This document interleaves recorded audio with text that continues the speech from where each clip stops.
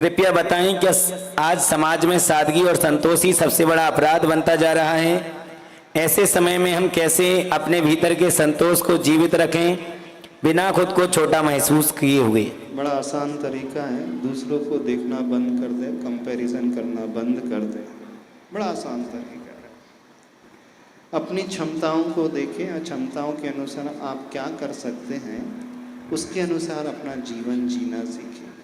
जो व्यक्ति अपने लाइफ स्टाइल को लाइफ स्टाइल के तरीके को दूसरों को देख कर के बनाता है, यानी उसका बेंचमार्क जो है दूसरा हो जाता है, वो कभी भी सुखी जीवन नहीं जी पाएगा। वो कितनों को देखेगा, कितनों से कंपैरिजन करेगा, एक ना एक दिन वो हार जाएगा।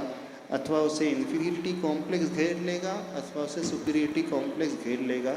वो दीनहीन बन जाएगा। जीवन हमारा है, हमें निर्णय लेना है कि हम सादगी पूर्वक रहना चाहते हैं तो हम वैसा रहें, हमें उसमें आनंद आ रहा है। दूसरा कौन होता है डिसाइड करने वाला कि आप कैसे रह रहे हैं। ओम थोड़ा सा व्यवस्थित। अमोल जैन। कभी भी हम दूसरों के अनुसार जीवन न जिए, क्योंकि दुनिया का काम है, लोगों का काम है कहते रहना। आप अच्छा से अच्छा पहनो तो भी वो कहेंगे, वो आपको नहीं छोड़ेंगे। आप सिंपल पहनो तो भी वो नहीं छोड़ेंगे। आप बहुत कॉस्टली ज्वेलरी पहनो तो भी वो कहेंगे। आप एकदम हथकरघा के वस्त्र पहनने लगो तो भी वो कहने लगेंगे। लोगों का काम सिर्फ कहना ही कहना है, वो किसी को नहीं छोड़ती है। दुनिया किसी को नहीं छोड़ती है। बड़े से बड़े व्यक्ति को उसने नहीं छोड़ा तो हमें कैसे छोड़ देगी। तो हमारा जीवन, हमारी लाइफ स्टाइल हमारे अपने अनुसार हो, ना कि कोई दूसरा व्यक्ति ये डिसाइड करे कि हमें क्या खाना है, क्या पहनना है, कैसे रहना है।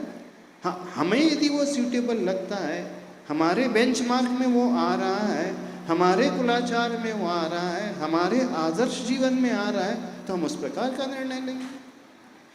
जो व्यक्ति दूसरों को देख करके निर्णय लेता है वो हमेशा टेंशन में ही रहता है, वो कभी मेंटली सुखी रह नहीं पाएगा। इसलिए अपने अनुसार जीवन जिए, पर अपने अनुसार इसका अर्थ ये नहीं कि स्वच्छंद हो जाए, यदवा तदवा कुछ भी करने लगे। बिल्कुल शालीनता पूर्वक होना चाहिए। अमोल जैन अम्बड़ और उसके बाद तैयार रहे नितिन जैन देवड़कर अम्बड़।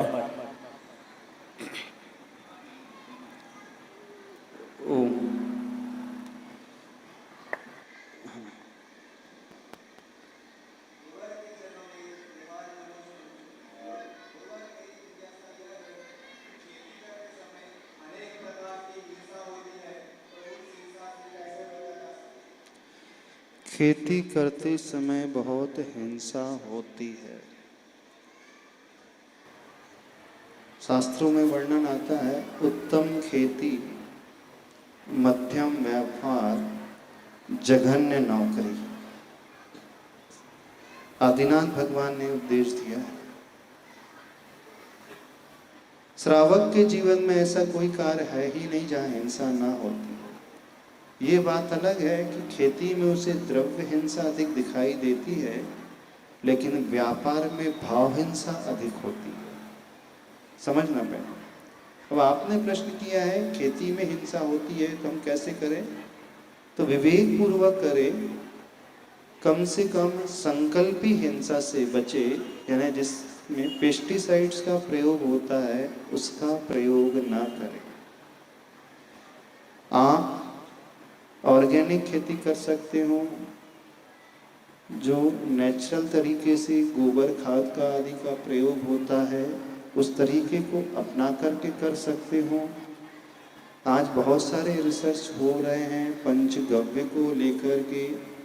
पूरे गोबर के और गायों से निकलने वाले दूध, दही, घी, गोबर और गोमूत्र से सारी की सारी ऐसी औषधियाँ बनाई जा रही हैं जिससे क्वालिटी, आपकी फसल की क्वालिटी भी बहुत अच्छी होती है और उसमें कीड़े भी बहुत कम लगते हैं। हाँ, ये बात अलग है कि थोड़ी क्वांटिटी यानी जो प्रोडक्शन फसल की उत्पत्ति वो कम होगी, पर जो क्वालिटी मिलेगी वो बहुत अच्छी होगी। दूसरी बात,